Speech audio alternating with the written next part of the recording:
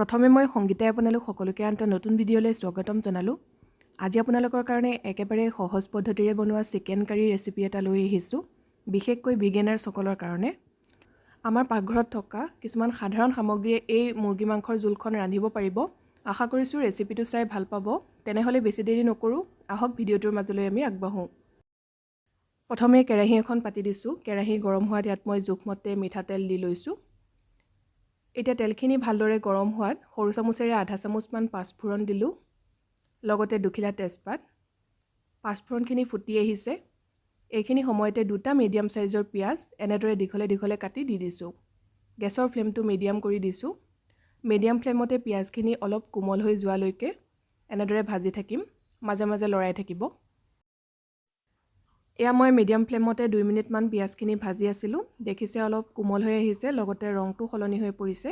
এইখিনি সময়তে মই হালধি যোগ কৰিছোঁ। হালধি নিজৰ জোখত দিব। ইয়াত মই সৰু চামুচেৰে 1.5 চামুচ হালধি দিছোঁ। হালধিখিনি দিয়াৰ পিছতো ভালদৰে এবাৰ লৰাই দিছোঁ। এতিয়া ডাঙৰ চামুচেৰে 1 চামুচ খুন্দি লোৱা আদা নহৰু দি দিছোঁ। আদা নহৰুখিনি মই খুন্দনাতে অলপ থেতেলিয়াই লৈছিলোঁ। গেছৰ ফ্লেমটো কমাই ৰাখিব। এতিয়া মই ইয়াত যোগ কৰিছোঁ এটা মিডিয়াম সাইজৰ বিলাহী এনেদৰে সৰুকৈ কাটি লোৱা। এইদৰে অকণমান বিলাহী দি দিলে মাংসৰ ৰংটো ধুনীয়া হয়, লগতে গ্ৰেভিটো ডাঠ হয়। আৰু গোটেইখিনি ভালদৰে লৰাই লৈছোঁ। এনেদৰে অকণমান সময় ভাজি ল'ম, তাৰপিছতে আমি ইয়াত মছলাখিনি যোগ কৰি দিম। এয়া দেখিছে বিলাহীখিনি অলপ কোমল হৈ আহিছে। এইখিনি সময়তে মই মছলা যোগ কৰিছোঁ। আৰু মছলাখিনি দিয়াৰ সময়ত মন কৰিব গেছৰ ফ্লেমটো যাতে একেবাৰে কম হৈ থাকে, নহ'লে পটককৈ জ্বলি যায়। ইয়াত মই লৈছোঁ সৰু চামুচেৰে 1 চামুচ জিৰা গুড়ি, 1 চামুচ ধনিয়া গুড়ি, 1 চামুচ জলকীয়া গুড়ি। জলকীয়া গুড়িৰ পৰিমাণটো আপোনালোকে নিজৰ জোখত দিব। আৰু লগতে দিছোঁ 1 চামুচ চিকেন মছলা। এতিয়া মছলাখিনি দিয়াৰ পিছত কম জুইতে কেইছেকেণ্ডমানৰ কাৰণে ভাজি ল'ম। যদি লাগি ধৰা যেন পায় তেতিয়াহ'লে অকণমান পানী ছটিয়াই দিব। এনেদৰে কম জুইত মছলাখিনি ভালদৰে ভাজি ল'ব। দেখিছে তেল বিৰিঙি আহিছে। এইখিনি অৱস্থালৈকে ভাজি ল'ব, তেতিয়া মাংসৰ টেষ্টটো খুব ধুনীয়া হয়।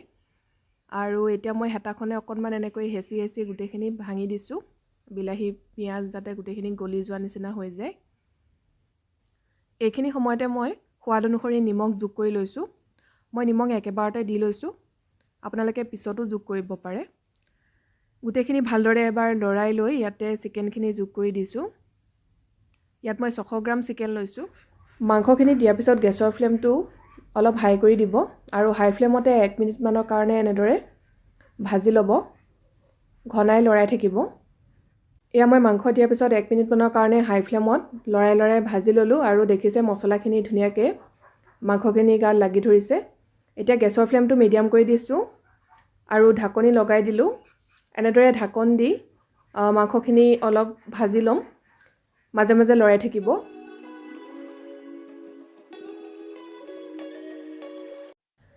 এইখিনি সময়তে মই এটা অলপ ডাঙৰ সাইজৰ আলু টুকুৰাকৈ কাটি পেলাই যোগ কৰি দিছোঁ। আৰু আলুখিনি দিয়াৰ পিছতো ভালদৰে এবাৰ লৰাই দিছোঁ। মই আলুখিনি যিহেতু আগতীয়াকৈ ফ্ৰাই কৰি লোৱা নাই, সেইবাবে এতিয়াই যোগ কৰি দিছোঁ, তেতিয়া আলুখিনিও ভজা হৈ যাব। আপোনালোকে ইচ্ছা কৰিলে আগতীয়াকৈ তেলত আলুখিনি ফ্ৰাই কৰি ল'ব পাৰে।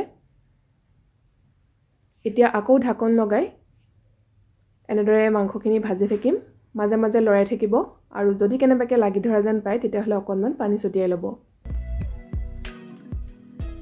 মাংসখিনি দিয়াৰ পিছত ঢাকন লগাই মিডিয়াম ফ্লেমত মই 15 মিনিটমান সময় ভাজিলোঁ। এয়া মাংসখিনি ভালদৰে ভজা হৈ গ'ল। দেখিছে তেল এৰি দিছে। এইখিনি অৱস্থালৈকে আপোনালোকে মাংসখিনি ভাজি ল'ব, তেতিয়া মাংসৰ সোৱাদৰ লগতে ৰংটোও খুব ধুনীয়া হয়। এতিয়া মই ইয়াত পানী যোগ কৰিম। ইয়াত মই গৰম পানীয়ে ব্যৱহাৰ কৰিছোঁ। পানী আপোনালোকে নিজৰ জোখত দিব, যিমানখিনি জোল কৰিব বিচাৰে সেইটো হিচাপত দি ল'ব। পানী দিয়াৰ পিছত গেছৰ ফ্লেমটো হাই কৰি দিছোঁ আৰু হাই ফ্লেমতে উতলিবলৈ দিম। এয়া দেখিছে উতলি আহিছে। এতিয়া মই ঢাকনিখন লগাই দিছোঁ আৰু গেছৰ ফ্লেমটো অলপ কমাই দিছোঁ। এনেদৰে আঞ্জাখন ভালদৰে উতলাই ল'ব, তেতিয়াহে খাবলৈ ভাল হ'ব। যিহেতু আমি অলপ সময় মাংসখিনি ভাজিয়ে লৈছিলোঁ, তেতিয়া প্ৰায় সিজিয়ে উঠে। আৰু পানী দিয়াৰ পিছতো এনেদৰে অলপ উতলাই ল'ব, প্ৰায় 10-15 মিনিটমান। তাৰপিছতে নমাই ৰাখিব পৰা যাব। এয়া মই আলু সিজিছেনে নাই চেক কৰি লৈছোঁ আৰু 2 টুকুৰামান আলু এইদৰে ভাঙি দিছোঁ, তেতিয়া আঞ্জাখন ডাঠ হ'ব। এয়া আমাৰ মাংস আৰু আলু খুব ধুনীয়াকৈ সিজিছে আৰু অলপ দেৰি উতলাই ল'লেই হৈ যাব। অলপ শেষৰ ফাললৈ ইয়াত 2টা কেঁচা জলকীয়া ফালি পেলাই দি দিছোঁ। এইদৰে অলপমান শেষলৈ কেঁচা জলকীয়া দিলে গোন্ধটো খুব ধুনীয়া হয়। আৰু গোটেইখিনি এবাৰ লৰাই লৈছোঁ। ঢাকনিখন লগাই আৰু 2 মিনিটৰ কাৰণে উতলিবলৈ দিছোঁ। এয়া আমাৰ মাংসৰ জোলখন নমাই ৰাখিব পৰা হ'ল। নমোৱাৰ আগে আগে অকণমান মই ধনিয়া পাত ছটিয়াই দিছোঁ আৰু গোটেইখিনি এবাৰ ভালদৰে লৰাই লৈ গেছৰ ফ্লেমটো অফ কৰি দিলোঁ। গেছৰ ফ্লেমটো অফ কৰাৰ পিছত এইদৰে ঢাকনি লগাই 5-10 মিনিটমানৰ কাৰণে থৈ দিব। তাৰপিছতে পৰিৱেশন কৰিব। তেতিয়া মাংসৰ জোলটো অলপ ডাঠ হয়, লগতে ৰংটো খুব ধুনীয়া হৈ পৰে। এয়া আপোনালোকে মন কৰিছে ৰংটো খুব ধুনীয়া হৈছে। একেবাৰে সাধাৰণভাৱে ৰন্ধা এই মুৰ্গী মাংসৰ জোলখন ভাত, ৰুটি, লুচি সকলোৰে লগত খাই খুবেই ভাল লাগে।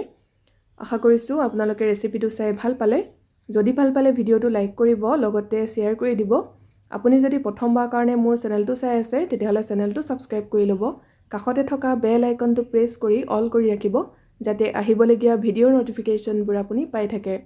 আকৌ এটা নতুন ৰেচিপিৰ সৈতে সোনকালে লগ পাম। ভিডিঅ'টো চোৱাৰ কাৰণে বহুত বহুত ধন্যবাদ।